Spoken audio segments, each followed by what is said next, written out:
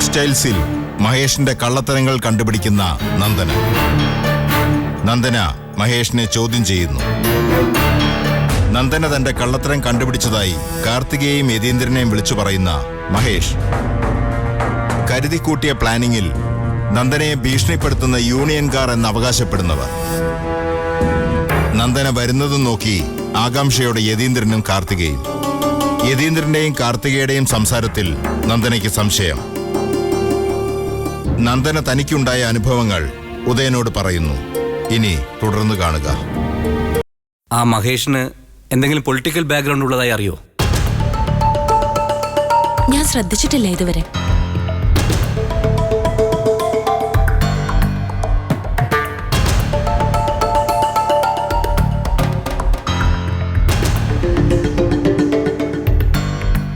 പൊളിറ്റിക്കലായ മൂവ്മെന്റിന് സാധ്യത ഉണ്ടെങ്കിൽ ഒന്ന് ശ്രദ്ധിക്കണം.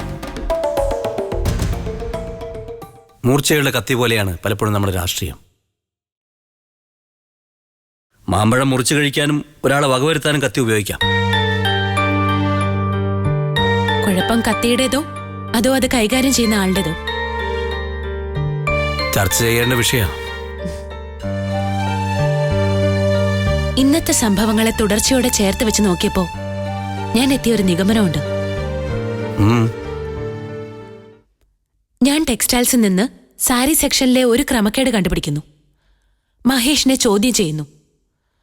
ആർഗ്യൂ ചെയ്യാൻ ശ്രമിച്ചെങ്കിലും അയാളുടെ ഭാഗത്ത് തെറ്റുണ്ടെന്ന് വ്യക്തമാവുന്നു. നാളെ വൈകുന്നേരത്തിന് മുമ്പ് കാരണം ബോധിപ്പിക്കണമെന്ന് ഞാൻ താക്കീത് ചെയ്യുന്നു. വൈകിട്ട് കാറിൽ വന്ന എനിക്ക് സംഘടനാ പ്രവർത്തകർ എന്ന് അവകാശപ്പെട്ട 2 പേരുടെ വക മുന്നറിയിപ്പുണ്ടാവുന്നു. ഇവിടെ വന്നപ്പോ കാത്തുനിന്നതുപോലെ യതിയേട്ടനും കാർത്തികേച്ചിയും കുശലാന്വേഷണം നടത്തുന്നു.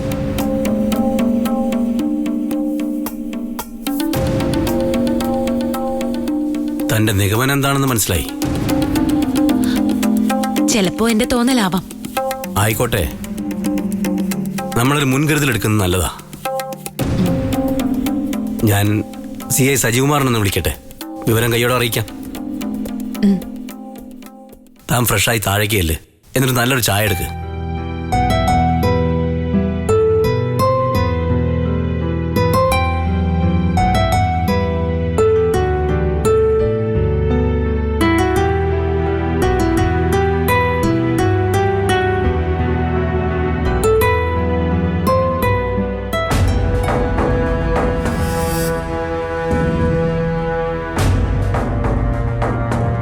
നന്ദന വന്നപ്പോഴേ ഞാൻ ചോദിച്ചു എന്താ മുഖം വാടിയിരിക്കുന്നെന്ന്. അപ്പോ ഒന്നും ഇല്ലെന്ന് പറഞ്ഞു. അതെന്താ, ഞങ്ങളൊന്നും അറിയാൻ പാടില്ലെന്നാണോ? അത്രയ്ക്ക് സീരിയസ് ആയി ഞാൻ എടുത്തില്ല, അതുകൊണ്ട് ഞാൻ വിട്ടുപോയി. ഇത്രയും വലിയൊരു സംഭവം ഉണ്ടായിട്ട് സീരിയസ് ആയി എടുത്തില്ലെന്നോ? കേട്ടോ ഇതേട്ടാ ഈ പറയുന്നത്? ഇതൊരു ചെറിയ കാര്യമല്ലോ. ജീവനക്കാരെ അധികം ഭരിക്കാൻ പോവരുത്, കുഴപ്പമാണ്. ആ മാനേജർ മഹേഷിനെ പോലുള്ളവർക്ക് നീയും വളമിച്ചു കൊടുത്തിട്ടുണ്ട്. അതാ അവനത്ര ധിക്കാരം. നമ്മുടെ ചൊൽപ്പടിക്ക് അവർ നിൽക്കണം. അതിനുവേണ്ടി ചില നമ്പറുകൾ ഇടുന്നതല്ലേ. ഉദയേട്ടൻ കേട്ടോ സംഭവങ്ങള്? നമുക്കെന്തെങ്കിലും ചെയ്യണ്ടേട്ടാ. യതീന്ദ്രന്റെ അഭിപ്രായം എന്താ? ടെക്സ്റ്റൈൽസ് നടത്തി പരിചയമുള്ളല്ലേ, എന്തെങ്കിലും സൊല്യൂഷൻ ഉണ്ടോ? തൊഴിലാളികളെ പിണക്കുന്നത് നല്ലതല്ല. വഴിയിൽ തടഞ്ഞു നിർത്തി ഭീഷണിപ്പെടുത്തുന്നത് നല്ലതല്ല. അതവരുടെ വിവരക്കേടല്ലേ. പക്ഷേ സൂക്ഷിക്കേണ്ടത് നമ്മളാ. പ്രശ്നം ഉണ്ടാക്കുന്നവനൊക്കെ നഷ്ടപ്പെടാനൊന്നും ഇല്ലല്ലോ. അത് ശരിയാ. മഹേഷിനോട് മാപ്പ് പറയുന്നത് നല്ലതെന്ന എന്റെ അഭിപ്രായം. മാനേജർ എന്ന നിലയ്ക്ക് ചെയ്യാൻ പാടില്ലാത്ത പ്രവൃത്തിയാ മഹേഷ് ചെയ്തത്. ഷോറൂമിന്റെ ചാർജുള്ള ആളല്ലേ.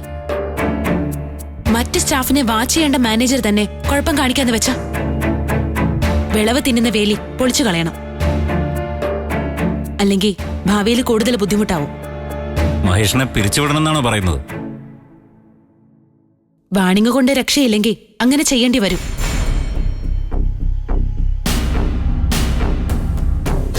ഒരു മഹേഷ് അല്ലെങ്കിൽ മറ്റൊരാൾ മാനേജർ. തട്ടിപ്പ് നടത്തുന്നവരെ വെച്ച് പൊറപ്പിക്കുന്നത് ഒരിക്കലും ശരിയല്ല. തത്വമൊക്കെ പറയാൻ കൊള്ളാം. ജീവനക്കാര് പണിമുടക്കിയ കഥ മാറും. ഒരു ദിവസം അടഞ്ഞു കിടന്നാ മതി. കുന്നത്തൂർ ടെക്സ്റ്റൈൽസ് പൂട്ടിപ്പോയെന്ന് പബ്ലിസിറ്റി ആവും. ബിസിനസ്സിന് മൊത്തത്തിൽ അത് ക്ഷീണമായിട്ടും വരും. തൊഴിലാളികൾക്കിടയിൽ അത്രയ്ക്ക് സ്വാധീനം മഹേഷിനുണ്ടോ? അയാളുടെ പിറകിലുള്ള പാർട്ടി സ്ട്രോങ് ആണെങ്കിലോ? അപ്പോ മഹേഷിന് പിന്നിൽ സപ്പോർട്ടിനായിട്ട് ആളുണ്ടല്ലേ?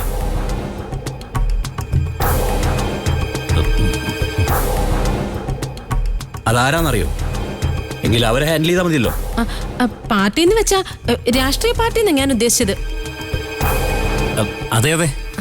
അല്ലാതെ മഹേഷിന്റെ കൂടെയുള്ളവരുടെ കാര്യങ്ങള് ഞാൻ എങ്ങനെ അറിയാനാ? അപ്പോ ബിസിനസിനെ ബാധിക്കുന്ന തരത്തിൽ ഒരാൾ തെറ്റ് ചെയ്താ അത് ചോദിക്കാൻ പോലും പാടില്ല. ഇത്തരം കാര്യങ്ങളിൽ ഈഗോ പാടില്ല നന്ദനെ. ഇതെങ്ങനെയാ ചേച്ചി ഈഗോ ആവുന്നത്? നാളെ ഇതേ മാനേജർ എന്നോട് തട്ടിക്കയറിക്കൊണ്ട് വരാം. ചിലപ്പോ കൈവീശി അടിക്കാനും തയ്യാറാവും. അപ്പോഴും ഞാൻ പേടിച്ചു മാറി നിൽക്കണം. അങ്ങനെയുള്ള സിറ്റുവേഷൻസ് ഉണ്ടാകാതെ നോക്കണം. ഏത് പ്രസ്ഥാനത്തിലും ചില ചോർച്ചകളൊക്കെ ഉണ്ടാവും. അത് സ്വാഭാവികം. ചിലപ്പോ ഒന്ന് കണ്ണടച്ചു കൊടുക്കേണ്ടി വരും. ചെറിയ ചോർച്ചകളാണ് വലിയ നഷ്ടങ്ങളായി മാറുന്നത്. അപ്പോഴും കണ്ണടച്ചു കൊടുക്കണം. 5-10 പേര് ജോലി ചെയ്യുന്ന ചെറിയൊരു ജൗളിക്കടയല്ല നമ്മുടേത്. ഒരു വൻകിട സ്ഥാപനത്തെ സംബന്ധിച്ചിടത്തോളം ഇതൊന്നും അത്ര വലിയ ഇഷ്യൂ അല്ല. നന്ദന അല്പം ആവേശം കാണിച്ചു. ഇതേ ഞാനും പറഞ്ഞുള്ളൂ. പിടിവാശി ഉപേക്ഷിച്ചിട്ട് മഹേഷിനോടൊന്ന് സോറി പറഞ്ഞാൽ തീരുന്ന പ്രശ്നമേ ഉള്ളൂ. ഒരു വാക്കിന്റെ കാര്യമല്ലേ ഉള്ളൂ. അല്ല ചേച്ചി, സോറി എന്ന് പറയുന്നത് എനിക്ക് 2 അക്ഷരമുള്ള ഒരു വാക്ക് മാത്രമല്ല. ഞാൻ ജോലി നോക്കുന്ന സ്ഥാപനത്തിന്റെ അഭിമാനമാണ്. എന്നാ പിന്നെ നന്ദനയ്ക്ക് ഇഷ്ടമുള്ളതുപോലെ ആവട്ടെ. സ്റ്റാഫ് പണി മുടക്കട്ടെ, കട അടഞ്ഞും കിടക്കട്ടെ. അങ്ങനെ നന്ദനയുടെ വാശിയെങ്കിലും ജയിച്ചു എന്ന് അഭിമാനിക്കാം. സ്റ്റാഫ് പണി മുടക്കൊന്ന് കാർത്തിക് ഉറപ്പുണ്ടല്ലോ എന്ന് ചോദിച്ചാ അങ്ങനെയല്ലേ നന്ദനയോട് നേതാക്കന്മാര് പറഞ്ഞത്? അല്ലേ നന്ദനെ?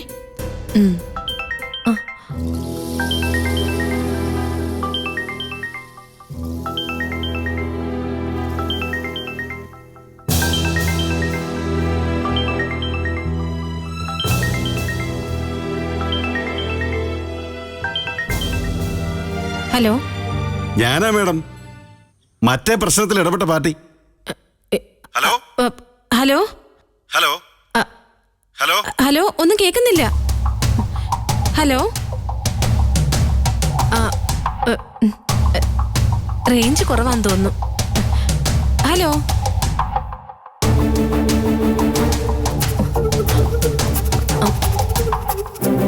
ഏത് പ്രശ്നം? നിങ്ങൾ പറഞ്ഞിട്ട് നന്ദന മേഡത്തെ ഭീഷണിപ്പെടുത്തിയില്ലേ? അത് പ്രശ്നമായി. സ്റ്റേഷനിൽ നിന്ന് വിളിച്ചു. SI ഞങ്ങളെ പൊക്കുന്ന ലക്ഷണമാ. എന്ത് ചെയ്യണം? അതിപ്പോ ഒരു മിനിറ്റ്. എതിയേട്ടാ, എതിയേട്ടാ.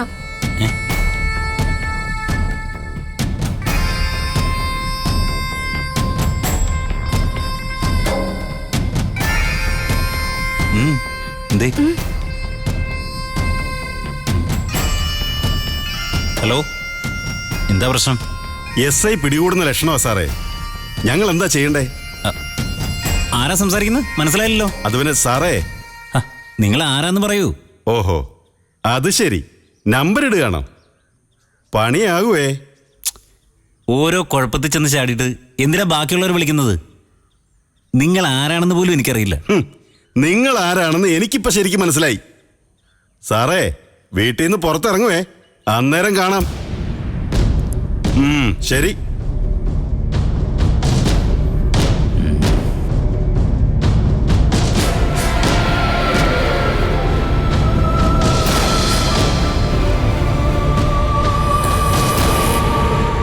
വെറുതെ നമ്പർ മാറി വിളിച്ചതാ. ഓരോരോ ശല്യങ്ങളെ. നിന്റെ നമ്പർ ഇവർക്കൊക്കെ എവിടെ നിന്ന് കിട്ടുന്നു?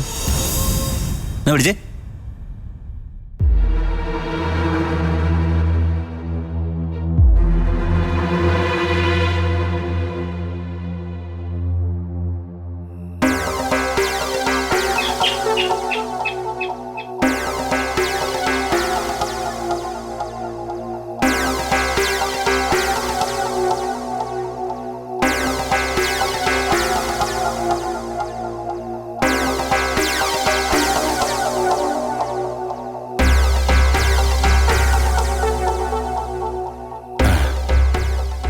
നമസ്കാരം. നമസ്കാരം.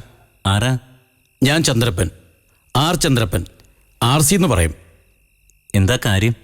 എനിക്ക് ഉദയ സാറിനൊന്ന് കാണണം.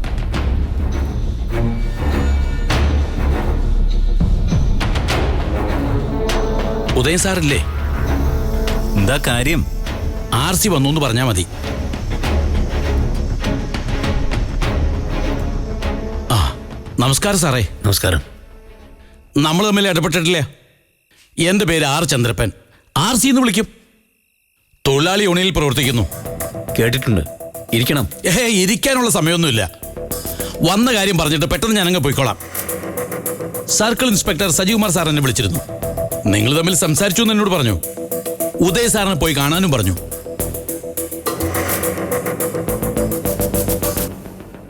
CI സജികുമാർ സാർ പറഞ്ഞ പിന്നെ അതിൽ അപ്പീലില്ല. അതാ ഞാൻ ഉടനെ വന്നത്. ആ, മേഡം ക്ഷമിക്കണം. എല്ലാ ഫീൽഡിലും കള്ളനാണയങ്ങളുണ്ട്.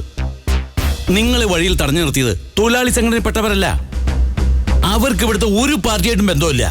വേറും തരികടകളാ. അവന്മാരെ കൈകാര്യം ചെയ്യാനുള്ള ഏർപ്പാടൊക്കെ ഞാൻ ചെയ്തിട്ടുണ്ട്. ഉടനെ തന്നെ അവരെയും അവരുടെ പുറകിൽ പ്രവർത്തിച്ച എല്ലാവരെയും പിള്ളേർ പൊക്കിയിരിക്കും.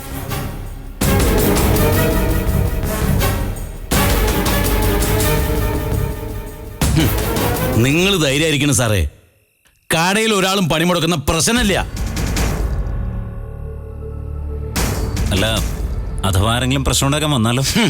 വരുന്നവൻ നേരെ ചൊവ്വേ തിരിച്ചു പോവില്ല. ആ, ഉദയ സാറേ, ഒന്ന് വിവരം അറിയിച്ചാൽ മതി. നമ്മുടെ പിള്ളേർ ആ പരിസരത്തുണ്ടാവും.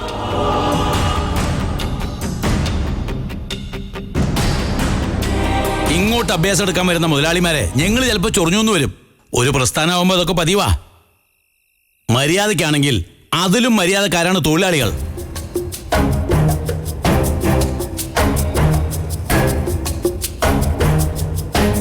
ശരി സാറേ, അപ്പൊ ഞാൻ കോണ്ടാക്ട് ചെയ്തോളാം.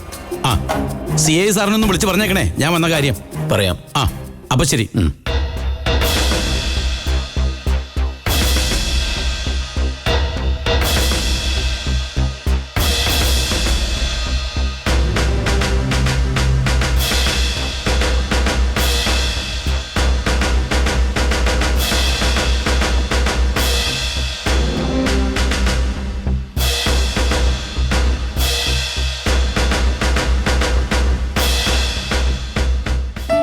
ദീപം ദീപം ദീപം.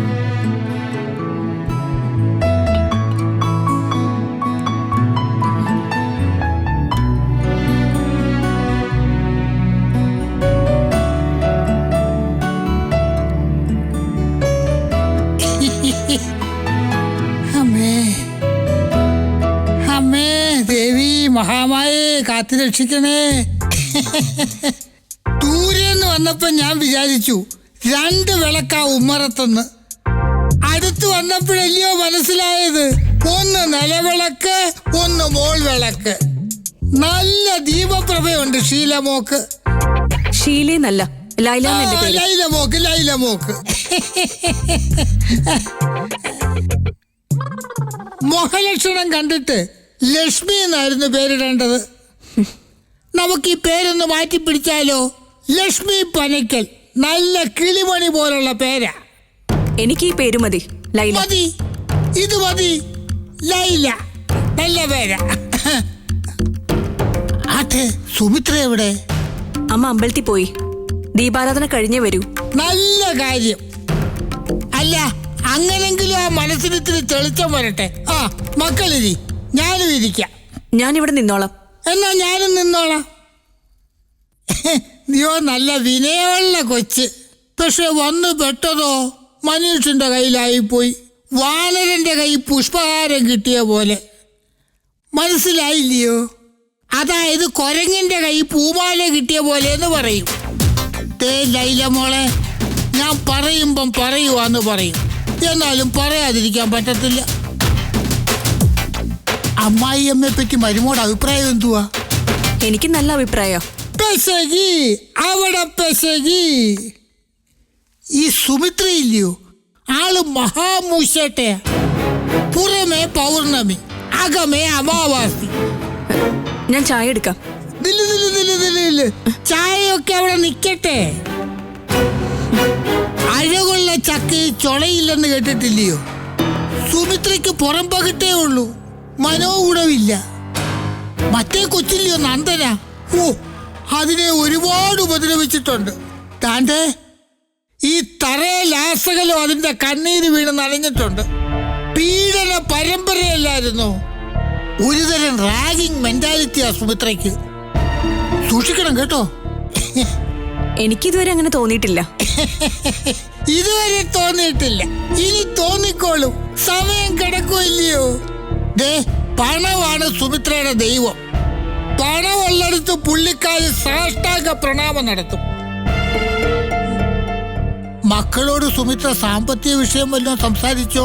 അതായത് സ്ത്രീധനം? ഇല്ല, അമ്മ ആ ടൈപ്പൊന്നുമല്ല. തെറ്റി എന്നിപ്പോ തോന്നും. പോകെ പോകെ സുമിത്ര ലൈലയോട് സ്ത്രീധനം ചോദിക്കും. അതൊരു പ്രശ്നമാവുകയും ചെയ്യും. പിന്നെ ലഹളയായിരിക്കും ഇവിടെ, ലഹള. മോളോടും തുടങ്ങും പീഡന പരമ്പര. അതൊഴിവാക്കി കൊച്ചിന്റെ ഭാവി ഭാസുരമാക്കാൻ ദാ ഇങ്ങോട്ട് നോക്കിയേ, ഈ തങ്കപ്പമ്മാവനൊരു ഉപായം പറഞ്ഞു തരട്ടെ. സുമിത്ര ചോദിക്കുന്നതിന് മുമ്പ് മോള് സ്ത്രീധനം അങ്ങോട്ട് കൊടുക്കണം. 4-5 ലക്ഷം ആയിക്കോട്ടെ. അമ്മ അതൊന്നും വാങ്ങിക്കില്ല. അറിയാം, ദുരഭിമാനത്തിന്റെ ഹെഡ് ഓഫീസാ പുള്ളിക്കാരി. ആ കാര്യത്തിൽ സുമിത്രയ്ക്ക് ബ്രാഞ്ച് പോലുമില്ല. പക്ഷെ വർക്കൗട്ട് ആക്കേണ്ടത് വേറൊരു കാര്യമാണ്.